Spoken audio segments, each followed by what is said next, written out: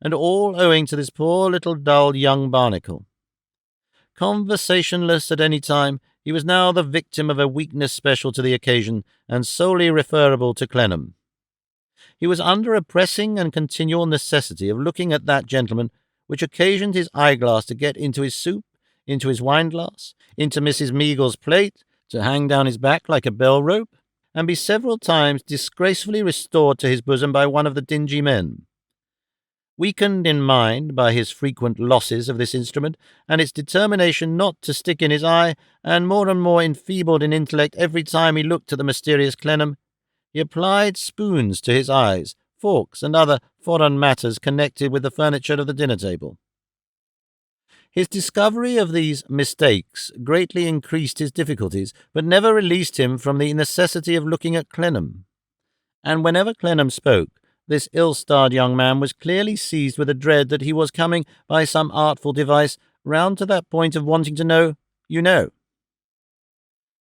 It may be questioned, therefore, whether any one but Mr. Meagles had much enjoyment of the time. Mr. Meagles, however, thoroughly enjoyed young Barnacle. As a mere flask of the golden water in the tale became a full mountain when it was poured out, so Mr. Meagles seemed to feel that this small spice of Barnacle imparted to his table the flavour of the whole family tree. In its presence his frank, fine, genuine qualities paled. He was not so easy, he was not so natural, he was striving after something that did not belong to him. He was not himself. What a strange peculiarity on the part of Mr. Meagles, and where shall we find another such case? At last the wet Sunday wore itself out in a wet night, and young Barnacle went home in a cab, feebly smoking, and the objectionable Gowan went away on foot, accompanied by the objectionable dog. Pet had taken the most amiable pains all day to be friendly with Clennam, but Clennam had been a little reserved since breakfast, that is to say, would have been if he had loved her. When he had gone to his own room, and had again thrown himself into the chair by the fire, Mr. Doyce knocked at the door, candle in hand, to ask him how and at what hour he proposed returning on the morrow. After settling this question, he said a word to Mr. Doyce about this Gowan, who would have run in his head a good deal if he had been his rival.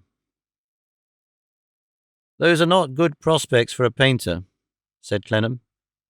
"No," returned Doyce. Mr. Doyce stood, chamber candlestick in hand, the other hand in his pocket, looking hard at the flame of his candle, with a certain quiet perception in his face that they were going to say something more. "I thought our good friend a little changed and out of spirits after he came this morning," said Clennam. "Yes," returned Doyce. "But not his daughter," said Clennam. "No," said Doyce. There was a pause on both sides. Mr. Doyce, still looking at the flame of his candle, slowly resumed. "The truth is, he has twice taken his daughter abroad in the hope of separating her from Mr. Gowan. He rather thinks she is disposed to like him, and he has painful doubts, I quite agree with him, as I dare say you do, of the hopefulness of such a marriage." "There!" Clennam choked and coughed and stopped. "Yes, you have taken cold," said Daniel Doyce, but without looking at him. "There is an engagement between them, of course?" said Clennam airily. "No, as I am told, certainly not. It has been solicited on the gentleman's part, but none has been made. Since their return, our friend has yielded to a weekly visit, but that is the utmost. Minnie would not deceive her father and mother. You have travelled with them, and I believe you know what a bond there is among them, extending even beyond this present life. All that there is between Miss Minnie and Mr. Gowan, I have no doubt we see." "Ah, we see enough," cried Arthur. Mr. Doyce wished him good night in the tone of a man who had heard a mournful, not to say despairing exclamation, and who sought to infuse some encouragement and hope into the mind of the person by whom it had been uttered. Such tone was probably a part of his oddity, as one of a crotchety band, for how could he have heard anything of that kind without Clennam's hearing it too? The rain fell heavily on the roof, and pattered on the ground, and dripped among the evergreens and the leafless branches of the trees. The rain fell heavily, drearily. It was a night of tears. If Clennam had not decided against falling in love with Pet, if he had had the weakness to do it, if he had, little by little, persuaded himself to set all the earnestness of his nature, all the might of his hope, and all the wealth of his matured character on that cast, if he had done this and found that all was lost, he would have been that night unutterably miserable. As it was, the rain fell heavily, drearily.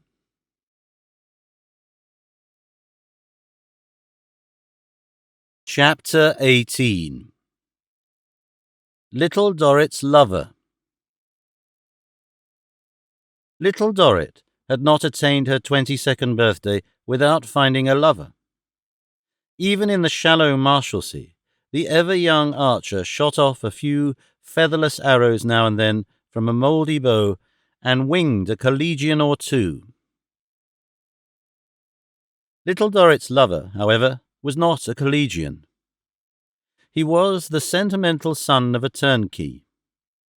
His father hoped, in the fullness of time, to leave him the inheritance of an unstained key, and had from his early youth familiarized him with the duties of his office, and with an ambition to retain the prison lock in the family.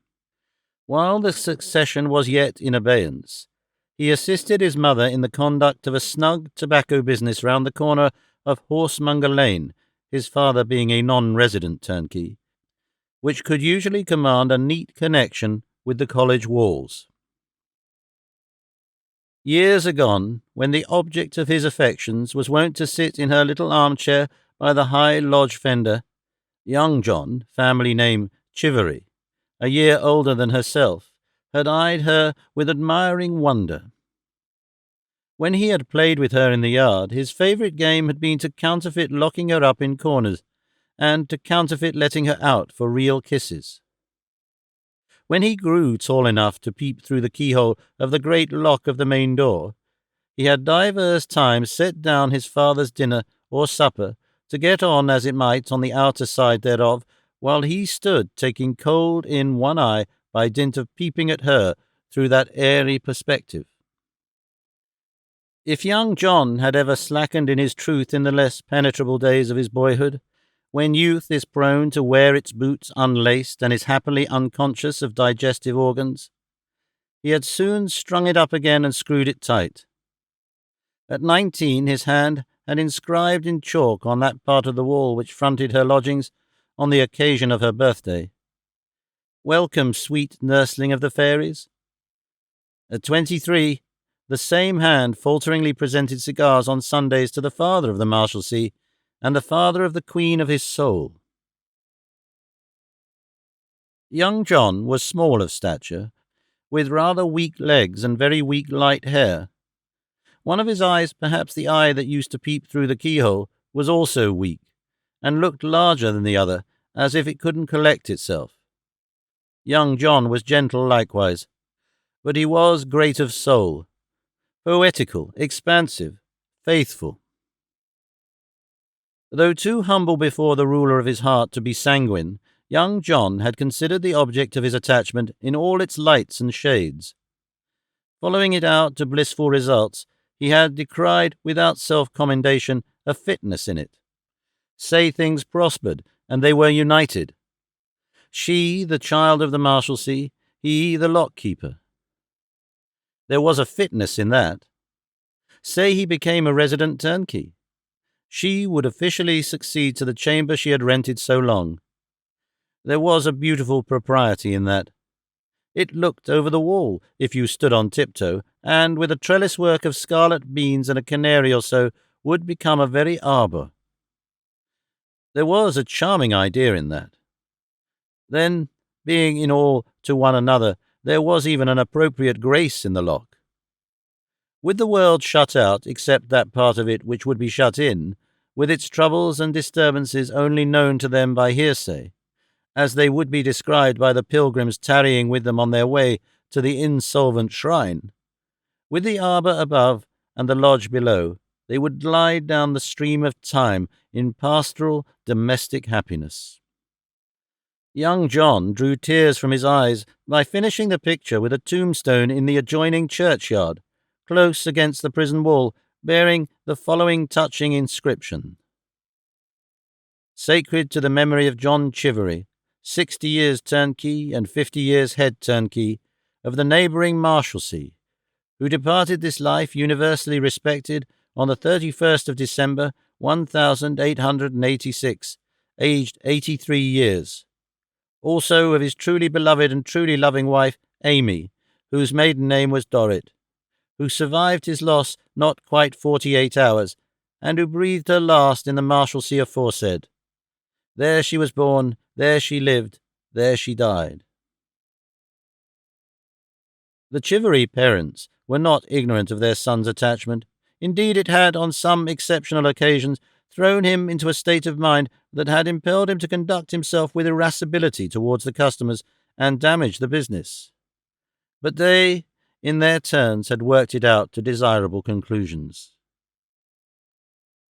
Mrs. Chivery, a prudent woman, had desired her husband to take notice that their John's prospects of the Loch would certainly be strengthened by an alliance with Miss Dorrit, who had herself a kind of claim upon the college and was much respected there. Mrs. Chivery had desired her husband to take notice that if, on the one hand, their John had means and a post of trust, on the other hand, Miss Dorrit had family, and that her, Mrs. Chivery's, sentiment was that two halves made a whole. Mrs. Chivery, speaking as a mother and not as a diplomatist, had then, from a different point of view, desired her husband to recollect that their John had never been strong, and that his love had fretted and worried him enough as it was, without his being driven to do himself a mischief, as nobody couldn't say he wouldn't be if he was crossed. These arguments had so powerfully influenced the mind of Mr. Chivery, who was a man of few words, that he had on sundry Sunday mornings given his boy what he termed a lucky touch, signifying that he considered such commendation of him to good fortune, preparatory to his that day declaring his passion and becoming triumphant. But young John had never taken courage to make the declaration, and it was principally on these occasions that he had returned excited to the tobacco shop and flown at the customers. In this affair, as in every other, little Dorrit herself was the last person considered. Her brother and sister were aware of it, and attained a sort of station by making a peg of it on which to air the miserably ragged old fiction of the family gentility. Her sister asserted the family gentility by flouting the poor swain as he loitered about the prison for glimpses of his dear. Tip asserted the family gentility and his own by coming out in the character of the aristocratic brother, and loftily swaggering in the little skittle ground respecting seizures by the scruff of the neck, which there were some looming probabilities of some gentleman unknown executing on some little puppy not mentioned. These were not the only members of the Dorrit family who turned it to account. No. The father of the Marshalsea was supposed to know nothing about the matter, of course. His poor dignity could not see so low. But he took the cigars on Sundays and was glad to get them, and sometimes even condescended to walk up and down the yard with the donor, who was proud and hopeful then, and benignantly to smoke one in his society. With no less readiness and condescension did he receive attentions from Chivery senior, who always relinquished his armchair and newspaper to him when he came into the lodge during one of his spells of duty, and who had even mentioned to him that if he would like at any time after dusk quietly to step out into the forecourt and take a look at the street, there was not much to prevent him. If he did not avail himself of this latter civility, it was only because he had lost the relish for it, inasmuch as he took everything else he could get, and would say at times, "Extremely civil person, Chivery, very attentive man and very respectful.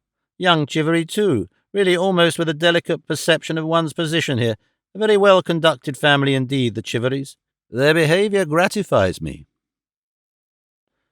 The devoted young John all this time regarded the family with reverence. He never dreamed of disputing their pretensions, but did homage to the miserable mumbo-jumbo they paraded. As to resenting any affront from her brother, he would have felt, even if he had not naturally been of a most pacific disposition, that to wag his tongue or lift his hand against that sacred gentleman would be an unhallowed act. He was sorry that his noble mind should take offence. Still, he felt the fact to be not incompatible with its nobility, and sought to propitiate and conciliate that gallant soul. Her father, a gentleman in misfortune, a gentleman of a fine spirit and courtly manners, who always bore with him, he deeply honoured.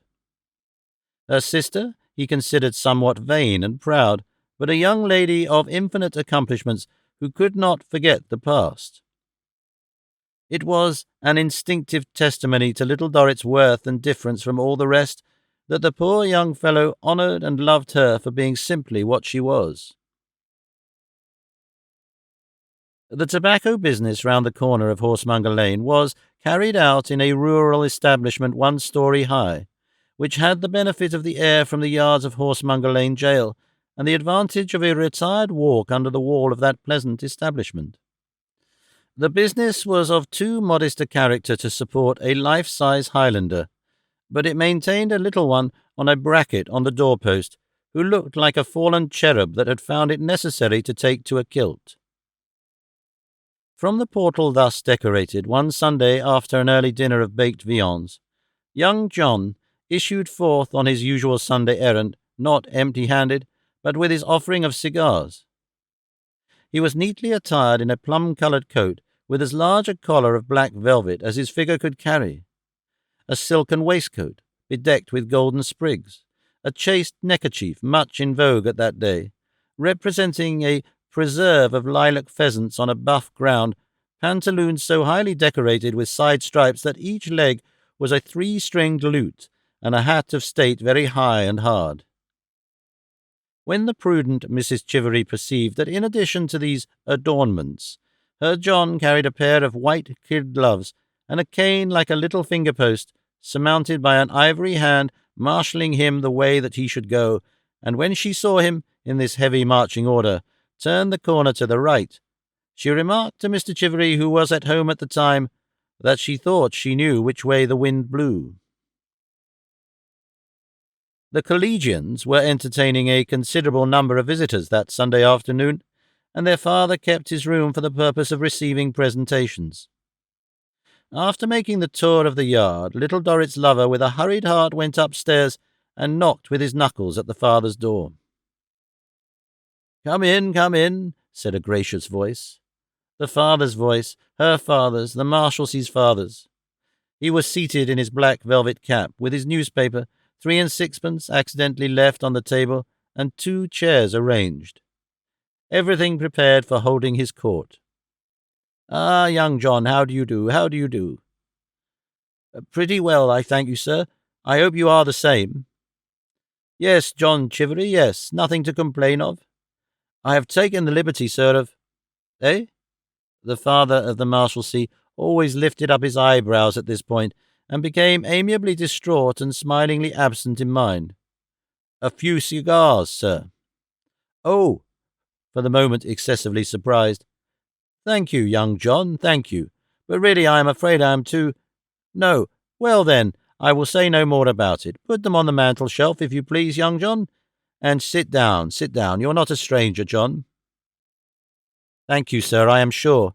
Miss—" Here young John turned the great hat round and round upon his left hand like a slowly twirling mouse-cage. "Miss Amy quite well, sir?" "Yes, John, yes. Very well. She is out." "Indeed, sir." "Yes, John. Miss Amy has gone for an airing. My young people all go out a good deal, but at their time of life it's natural, John." "Very much so, I am sure, sir." An airing, yes." He was blandly tapping his fingers on the table and casting his eyes up at the window. "Amy has gone for an airing on the Iron Bridge. She has become quite partial to the Iron Bridge of late, and seems to like to walk there better than anywhere." He returned to conversation. "Your father is not on duty at present, I think, John?" "No, sir. He comes on later in the afternoon." Another twirl of the great hat, and then young John said, rising, "I'm afraid I must wish you good day, sir." "So soon? Good day, young John. Nay, with the utmost condescension. Never mind your glove, John. Shake hands with it on. You are no stranger here, you know." Highly gratified by the kindness of his reception, young John descended the staircase. On his way down he met some collegians bringing up visitors to be presented, and at that moment Mr. Dorrit happened to call over the banisters with particular distinctness, "Much obliged to you for your little testimonial, John." Little Dorrit's lover very soon laid down his penny on the toll plate of the iron bridge, and came upon it looking about him for the well-known and well-beloved figure. At first he feared she was not there, but as he walked on towards the Middlesex side, he saw her standing still, looking at the water. She was absorbed in thought, and he wondered what she might be thinking about. There were the piles of city roofs and chimneys, more free from smoke than on weekdays, and there were the distant masts and steeples. Perhaps she was thinking about them. Little Dorrit mused so long and was so entirely preoccupied that although her lover stood quiet for what he thought was a long time, and twice or thrice retired and came back again to the former spot, still she did not move. So, in the end, he made up his mind to go on, and seemed to come upon her casually in passing and speak to her. The place was quiet, and now or never was the time to speak to her. He walked on, and she did not appear to hear his steps until he was close upon her. When he said, "Miss Dorrit," she started and fell back from him with an expression in her face of fright and something like dislike that caused him unutterable dismay. She had often avoided him before, always indeed for a long, long while. She had turned away and glided off so often when she had seen him coming toward her that the unfortunate young John could not think it accidental. But he had hoped that it might be shyness, her retiring character, her foreknowledge of the state of his heart, anything short of aversion. Now, that momentary look had said, "You, of all people, I would rather have seen anyone on earth than you." It was but a momentary look, inasmuch as she checked it, and said in a soft little voice, "Oh, Mr. John, is it you?" But she felt what it had been, as he felt what it had been, and they stood looking at one another, equally confused. "Miss Amy, I am afraid I disturbed you by speaking to you." "Yes, rather. I came here to be alone, and I thought I was." "Miss Amy, I took the liberty of walking this way, because Mr. Dorrit chanced to mention, when I called upon him just now, that you—" She caused him more dismay than before by suddenly murmuring, "Oh, father, father," in a heart-rending tone, and turning her face away. "Miss Amy, I hope I don't give you any uneasiness by naming Mr. Dorrit. I assure you I found him very well and in the best of spirits, and he showed me even more than his usual kindness, being so very kind as to say that I was not a stranger there, and in all ways gratifying me very much."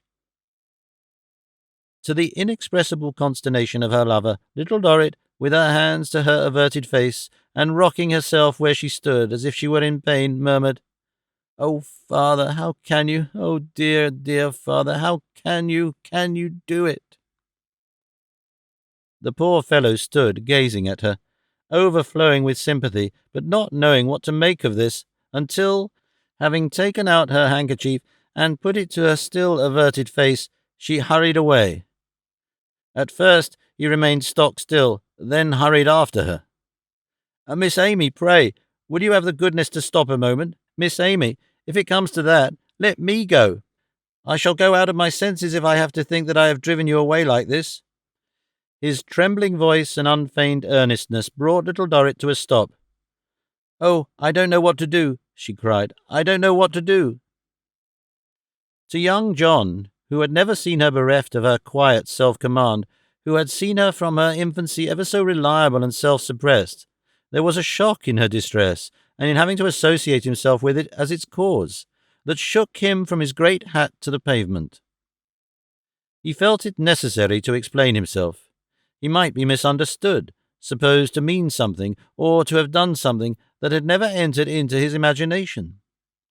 He begged her to hear him explain himself, as the greatest favour she could show him. "Miss Amy, I know very well that your family is far above mine. It were vain to conceal it. There never was a Chivery a gentleman that ever heard of, and will not commit the meanness of making a false representation on a subject so momentous. Miss Amy, I know very well that your high-souled brother, and likewise your spirited sister, spurn me from a height. What I have to do is to respect them, to wish to be admitted to their friendship, to look up at the eminence on which they are placed from my lowlier station. For whether viewed as tobacco or viewed as the lock, I well know it is lowly, and ever wish them well and happy. There really was a genuineness in the poor fellow, and a contrast between the hardness of his hat and the softness of his heart, albeit perhaps of his head too, that was moving. Little Dorrit entreated him to disparage neither himself nor his station, and above all things to divest himself of any idea that she supposed hers to be superior. This gave him a little comfort. "Miss Amy," he stammered, "I have had for a long time, ages they seem to me, revolving ages, a heart-cherished wish to say something to you. May I say it?" Little Dorrit involuntarily started from his side again, with the faintest shadow of her former look. Conquering that, she went on at great speed half across the bridge without replying. "May I, Miss Amy? I but ask the question humbly. May I say it? I have been so unlucky already in giving you pain without having any such intentions, before the holy heavens. But there is no fear of my saying it unless I have your leave. I can be miserable alone, I can be cut up by myself. Why should I also make miserable and cut up one that I would fling myself off the parapet to give a half-moment's joy to?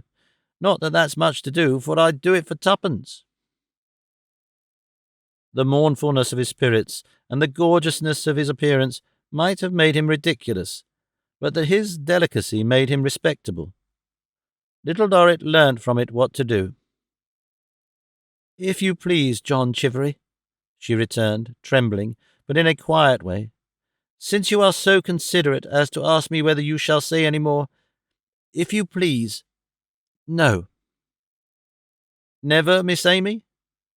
"No, if you please, never." "Oh, Lord," gasped young John. "But perhaps you will let me instead say something to you. I want to say it earnestly, and with as plain a meaning as it is possible to express. When you think of us, John, I mean my brother and sister and me, don't think of us as being any different from the rest, for whatever we once were, which I hardly know, we ceased to be long ago, and never can be any more. It will be much better for you and much better for others if you will do that instead of what you are doing now." Young John dolefully protested that he would try to bear it in mind and would be heartily glad to do anything she wished. "As to me," said Little Dorrit, "think as little of me as you can. The less, the better. When you think of me at all, John, let it only be as the child you have seen grow up in the prison, with one set of duties always occupying her, as a weak, retired, contented, unprotected girl. I particularly want you to remember that when I come outside the gate, I am unprotected and solitary." He would try to do anything she wished, but why did Miss Amy so much want him to remember that?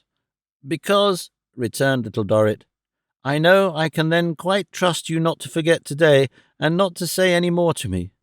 You are so generous that I know I can trust to you for that, and I do, and I always will. I am going to show you at once that I fully trust you. I like this place where we are speaking better than any place I know." Her slight colour had faded, but her lover thought he saw it coming back just then. "And I may be often here. I know it is only necessary for me to tell you so, to be quite sure that you will never come here again in search of me, and I am quite sure." "She might rely upon it," said young John. He was a miserable wretch, but her word was more than a law for him. "And good-bye, John," said Little Dorrit, "and I hope you will have a good wife one day and be a happy man. I am sure you will deserve to be happy, and you will be, John."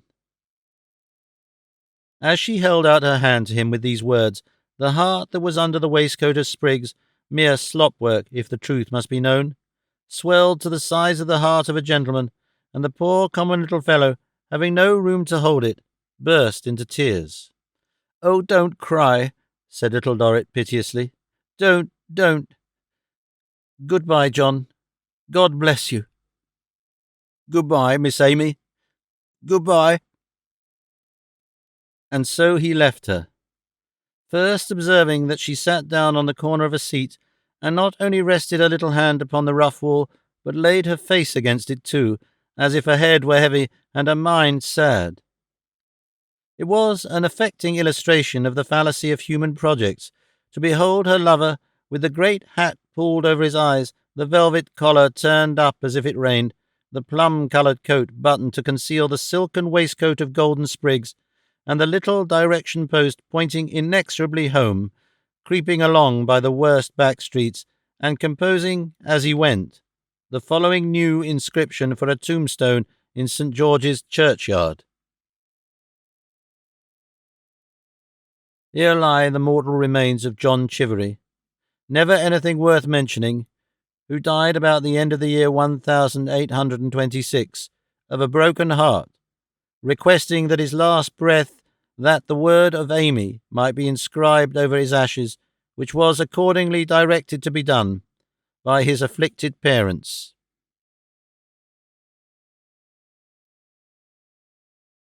Chapter 19. The Father of the Marshalsea in 2 or 3 Relations.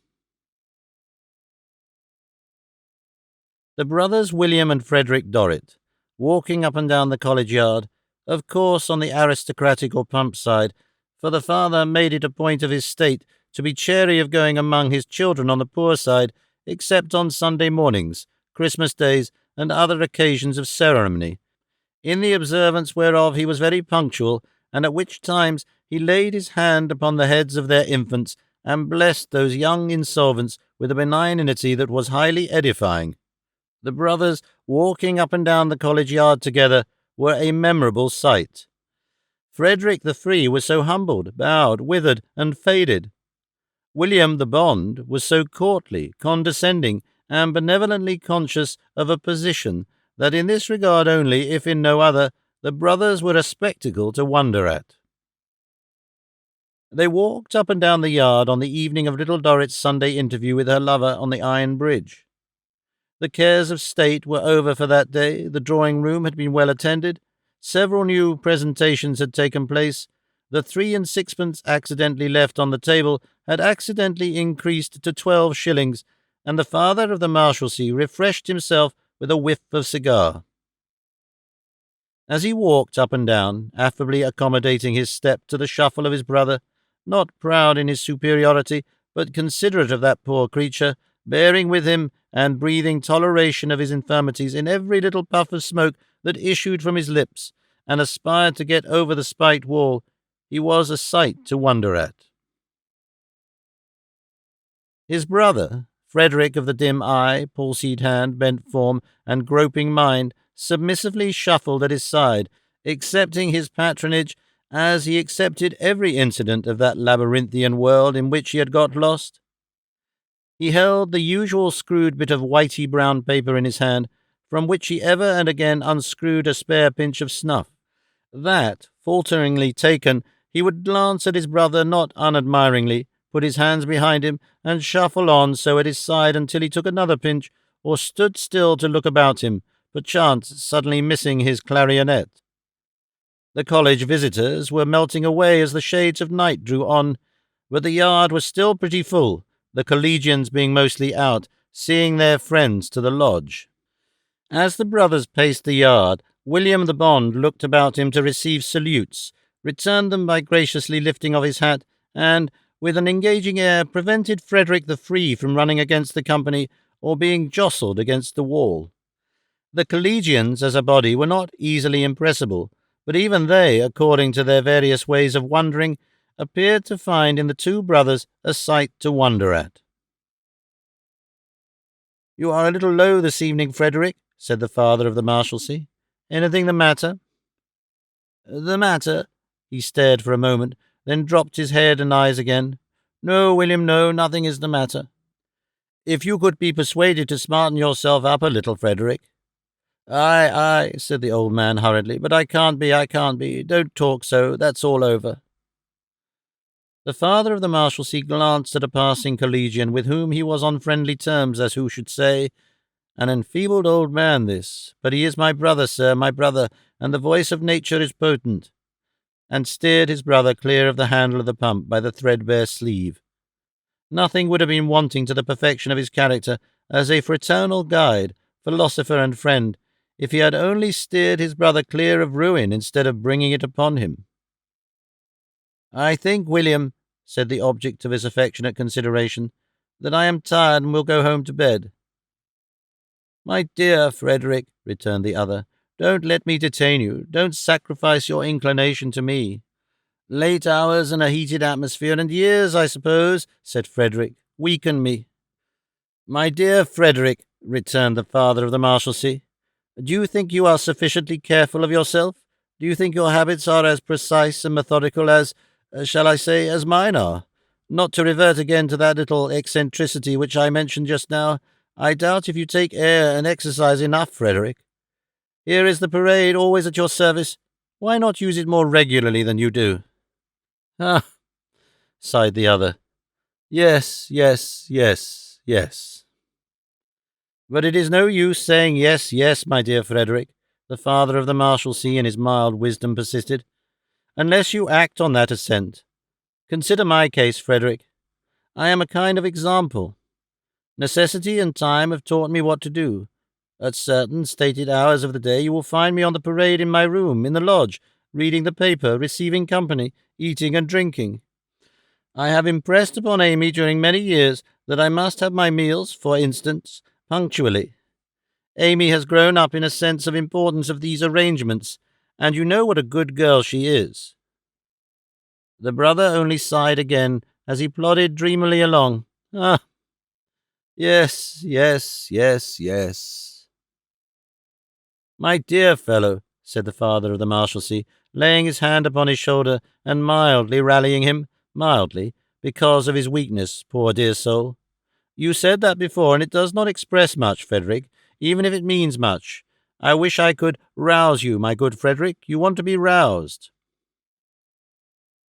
"Yes, William, yes, no doubt," returned the other, lifting his dim eyes to his face, "but I am not like you."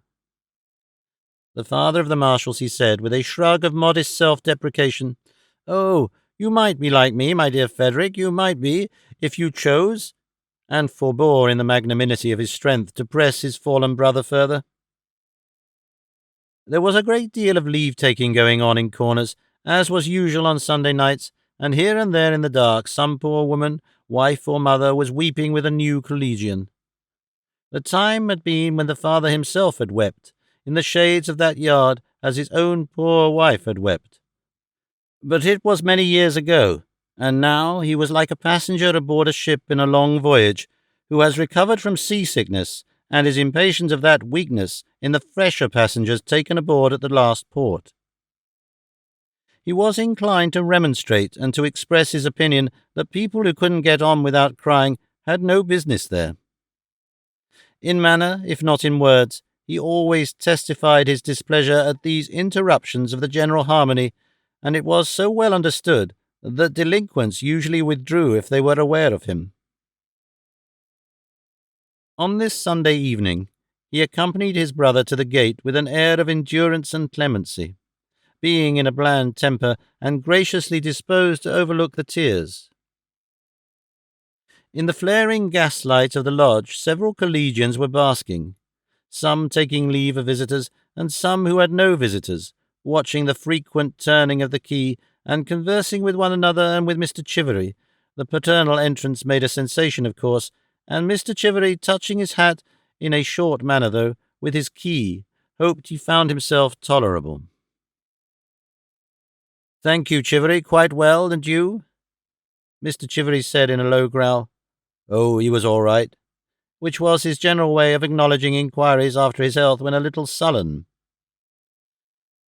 "I had a visit from young John to-day, Chivery, and very smart he looked, I assure you." So Mr. Chivery had heard. Mr. Chivery must confess, however, that his wish was that the boy didn't lay out so much money upon it, for what did it bring him in? It only brought him in vexation, and he could get that anywhere for nothing. "How vexation, Chivery?" asked the benignant father. "No odds," returned Mr. Chivery. Never mind, Mr. Frederick going out? Yes, Chivery, my brother is going home to bed. He is tired and not quite well.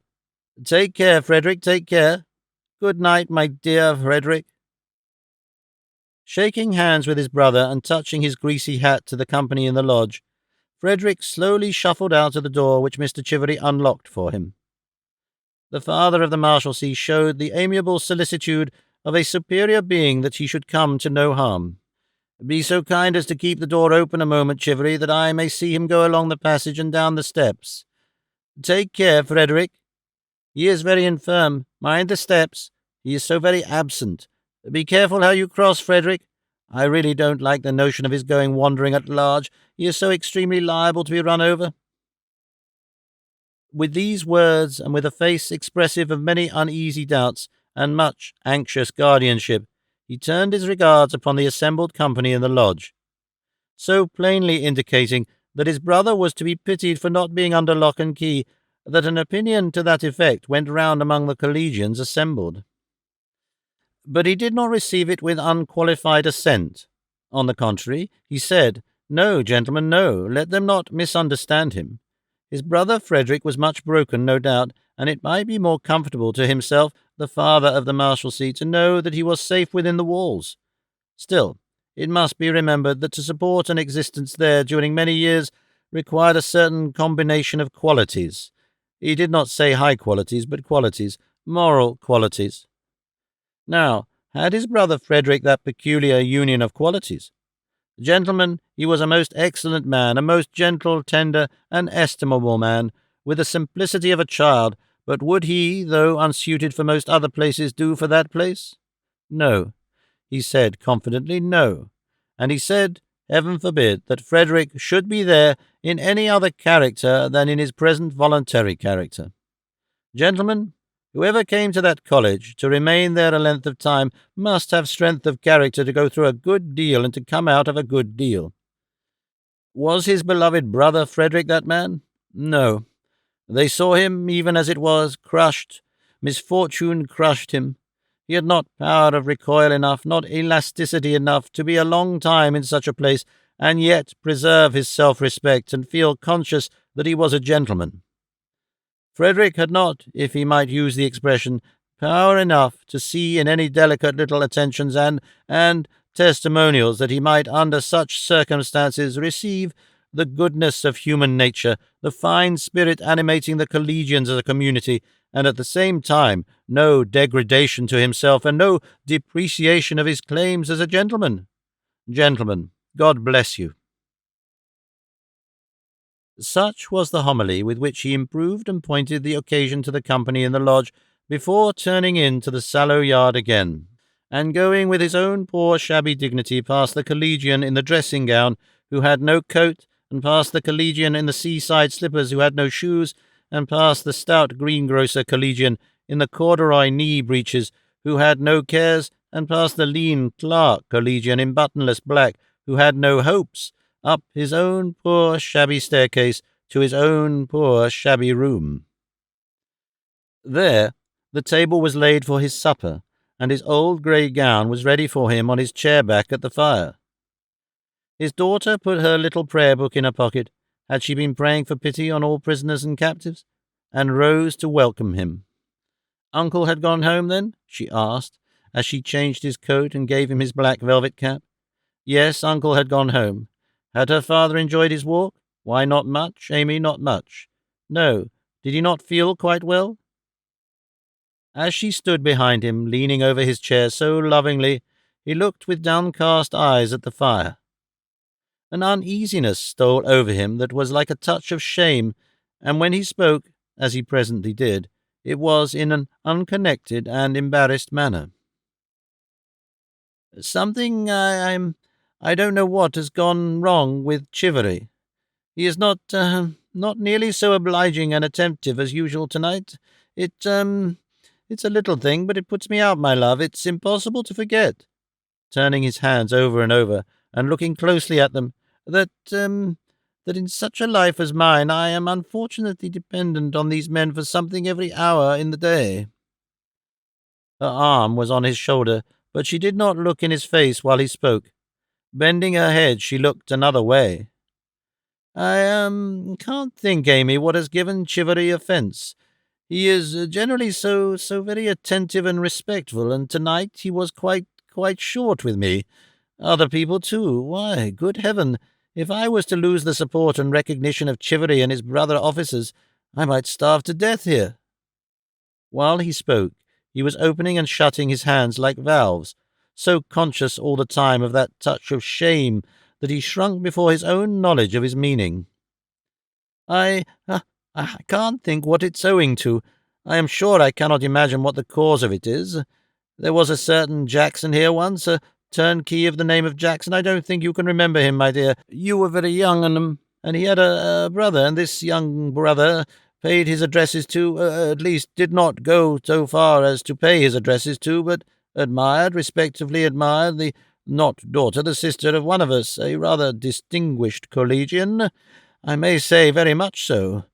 His name was Captain Martin, and he consulted me on the question whether it was necessary that his daughter, sister, should hazard offending the turnkey brother by being too plain with the other brother. Captain Martin was a gentleman and a man of honour, and I put it to him first to give me his own opinion. Captain Martin, highly respected in the army, then unhesitatingly said that it appeared to him that his sister was not called upon to understand the young man too distinctly, and that she might lead him on. I am doubtful whether lead him on was Captain Martin's exact expression. Indeed, I think he said tolerate him on her father's, I should say brother's account. I hardly know how I have strayed into this story. I suppose it has been through being unable to account for Chivery, but as to the connection between the two, I don't see. His voice died away, as if she could not bear the pain of hearing him, and her hand gradually crept to his lips. For a little while there was a dead silence and stillness, and he remained shrunk in his chair, and she remained with her arm round his neck, and her head bowed down upon his shoulder. His supper was cooking in a saucepan on the fire, and, when she moved, it was to make it ready for him on the table. He took his usual seat, she took hers, and he began his meal. They did not, as yet, look at one another.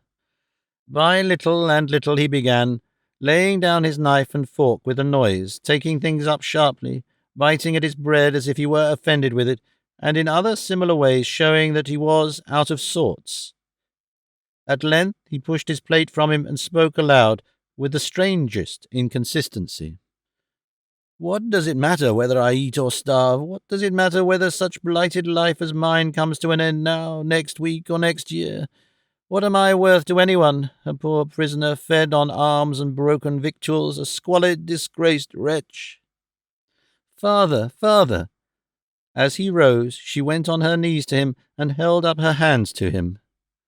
Amy, he went on in a suppressed voice, trembling violently, and looking at her as wildly as if he had gone mad, I tell you, if you could see me as your mother saw me, you wouldn't believe it to be the creature you have only looked at through the bars of this cage. I was young, I was accomplished, I was good-looking, I was independent, by God, I was, child, and people sought me out and envied me. Dear father, she tried to take down the shaking arm that he flourished in the air, but he resisted, and put her hand away. If I had but a picture of myself in those days, though it was ever so ill done, you would be proud of it, but I have no such thing. Now, let me be a warning. Let no man, he cried, looking haggardly about, fail to preserve at least that little of the times of his prosperity and respect.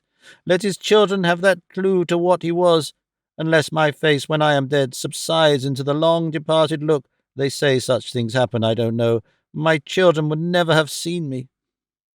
Father, father! Oh, despise me, look away from me, don't listen to me, stop me, blush for me, cry for me, even you, Amy. Do it, I'll do it myself, I'm hardened now. I have sunk too low to care long even for that.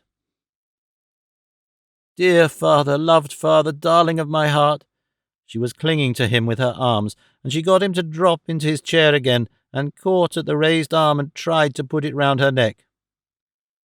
Let it lie there, father. Look at me, father. Kiss me, father. Only look of me, father, for one little moment." Still he went on in the same wild way, though it was gradually breaking down into a miserable whining. "And yet I have some respect here. I have made some stand against it. I am not quite trodden down. Go out and ask who is the chief person in the place. They'll tell you it's your father. Go out and ask who is never trifled with and who is always treated with some delicacy. They'll say your father. Go out and ask what funeral here, it must be here, I know, it can be nowhere else, will make more talk and perhaps more grief than any that has ever gone out at the gate. They'll say your father's. Well then, Amy, is your father so universally despised? Is there nothing to redeem him? Will you have nothing to remember him by but his ruin and decay? Will you be able to have no affection for him when he is gone? Poor castaway gone." He burst into tears of maudlin pity for himself, and at length, suffering her to embrace him and take charge of him, let his grey head rest against her cheek, and bewailed his wretchedness. Presently he changed the subject of his lamentations, and clasping his hands about her as she embraced him, cried, "Oh, Amy, his motherless, forlorn child! Oh, the days that he had seen her careful and laborious for him!" Then he reverted to himself, and weakly told her how much better she would have loved him if she had known him in his vanished character, and how he would have married her to a gentleman who should have been proud of her as his daughter, and how, at which he cried again, she should have first have ridden at his fatherly side on her own horse, and how the crowd, by which he meant in effect the people who had given him the 12 shillings he then had in his pocket, should have trudged the dusty roads respectfully. Thus, now boasting, now despairing, in either fit or captive, with the jail rot upon him, and the impurity of his prison worn into the grain of his soul, he revealed his degenerate state to his affectionate child. No one else ever beheld him in the details of his humiliation. Little recked the collegians who were laughing in their rooms over his late address in the lodge, what a serious picture they had in their obscure gallery of the Marshalsea that Sunday night. There was a classical daughter once, perhaps, who ministered to her father in his prison as a mother had ministered to her. Little Dorrit, through of the unheroic modern stock and mere English, did much more, in comforting her father's wasted heart upon her innocent breast, and turning to it a fountain of love and fidelity that never ran dry or waned through all his years of famine. She soothed him, asked him for his forgiveness, as if she had been, or seemed to have been, undutiful, told him, heaven knows truly, that she could not honour him more if he were the favourite of fortune and the whole world acknowledged him. When his tears were dried, and he sobbed in his weakness no longer, and was free from that touch of shame and had recovered his usual bearing, she prepared the remains of his supper afresh, and, sitting by his side, rejoiced to see him eat and drink.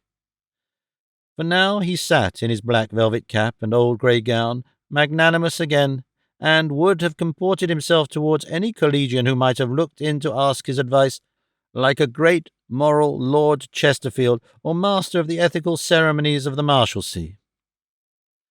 To keep his attention engaged, she talked with him about his wardrobe, when he was pleased to say that yes, indeed, those shirts she proposed would be exceedingly acceptable, for those he had were worn out and, being ready-made, had never fitted him.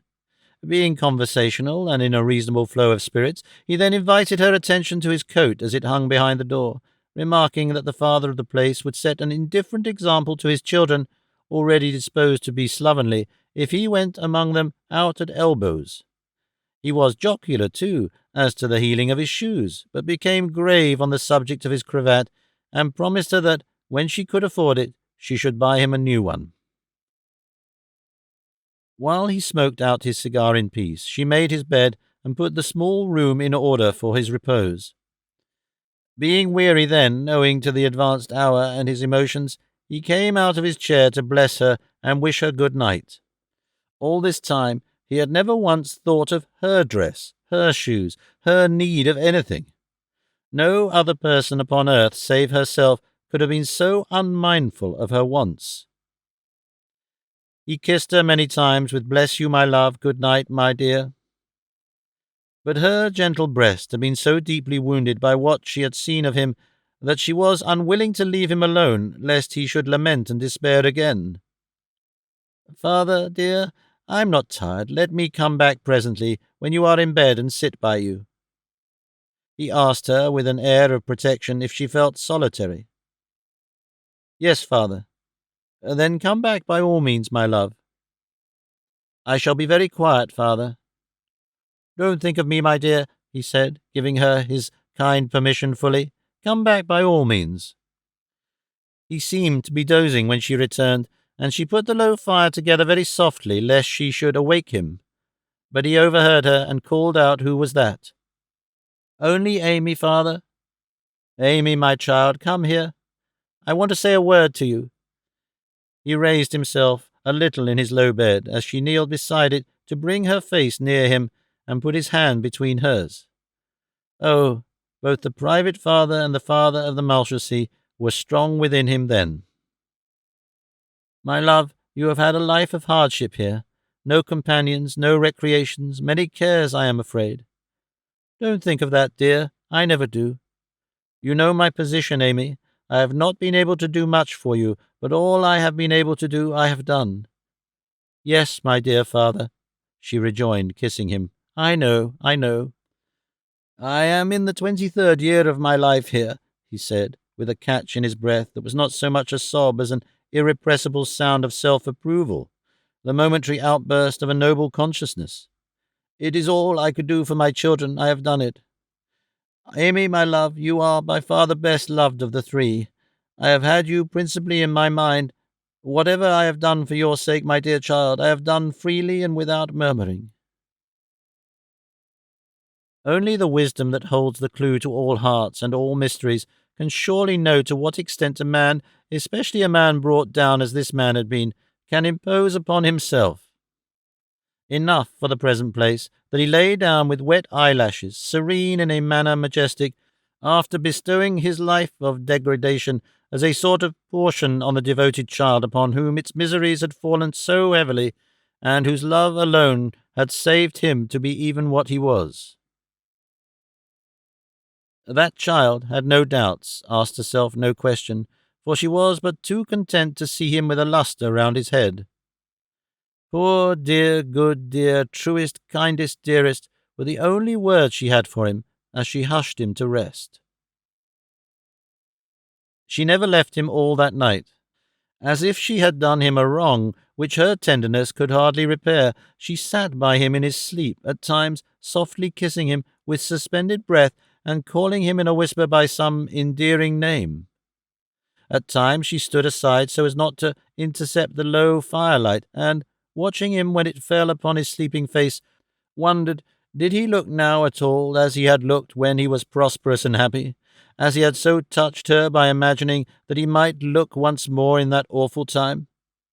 At the thought of that time, she kneeled beside his bed again and prayed, "Oh, spare his life! Oh, save him to me! Oh, look down upon my dear, long-suffering, unfortunate, much changed, dear, dear father!"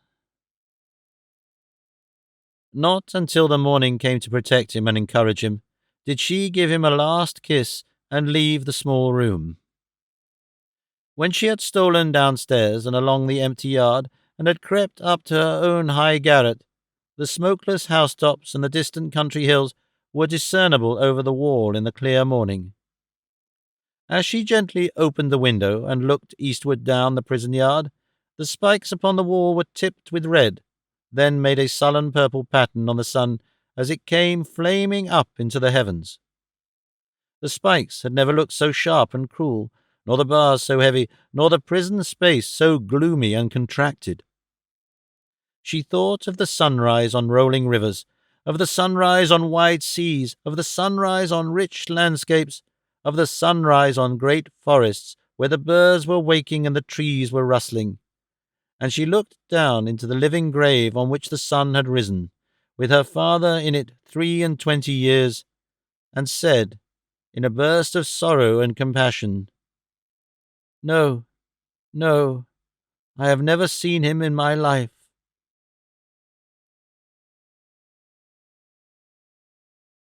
Chapter 20. Moving in Society. If young John Chivery had had the inclination and the power to write a satire on family pride, he would have had no need to go for an avenging illustration out of the family of his beloved. He would have found it amply in that gallant brother and that dainty sister, so steeped in mean experiences and so loftily conscious of the family name, so ready to beg or borrow from the poorest, to eat from anybody's bread, spend anybody's money, drink from anybody's cup, and break it afterwards. To have painted the sordid facts of their lives, and they throughout invoking the death's head apparition of the family gentility to come and scare their benefactors, would have made young John a satirist of the first water.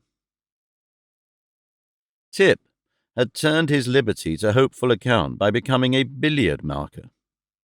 He had troubled himself so little as to the means of his release that Clennam scarcely needed to have been at the pains of impressing the mind of Mr. Plornish on that subject.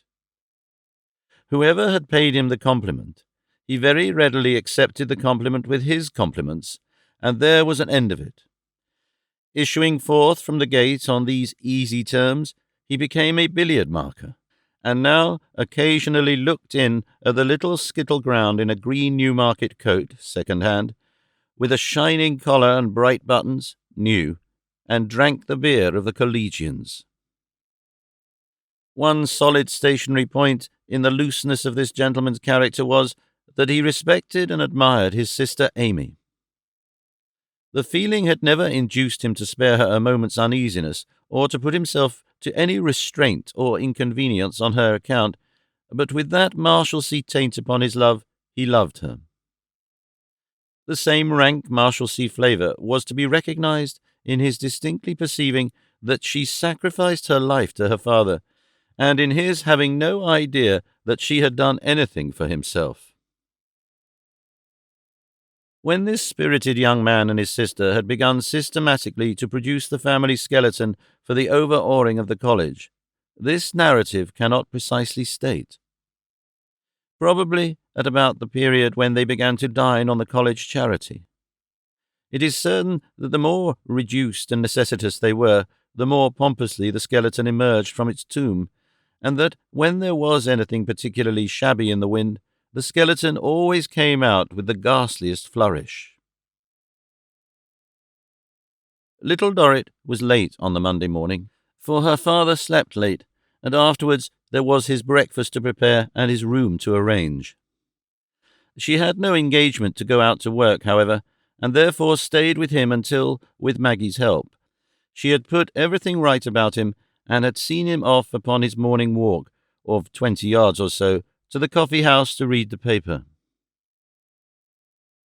She then got on her bonnet and went out, having been anxious to get out much sooner. There was, as usual, a cessation of the small talk in the lodge as she passed through it, and a collegian who had come in on Saturday night received the intimation from the elbow of a seasoned collegian, "Look out, here she is." She wanted to see her sister, but when she got round to Mr. Cripple's, she found that both her sister and her uncle had gone to the theatre where they were engaged. Having taken thought of this probability by the way, and having settled that in such case she would follow them, she set off afresh for the theatre, which was on that side of the river and not very far away. Little Dorrit was almost as ignorant of the ways of theatres as of the ways of gold mines, and when she was directed to a furtive sort of door, with a curious up-all-night air about it, that appeared to be ashamed of itself and to be hiding in an alley, she hesitated to approach it, being further deterred by the sight of some half-dozen close-shaved gentlemen with their hats very strangely on, who were lounging about the door, looking not at all unlike collegians. On her applying to them, reassured by this resemblance, for a direction to Miss Dorrit, they made way for her to enter a dark hall. It was more like a great grim lamp gone out than anything else, where she could hear the distant playing of music and the sound of dancing feet. A man, so much in want of airing that he had a blue mould upon him, sat watching this dark place with a hole in a corner, like a spider, and he told her that he would send a message up to Miss Dorrit.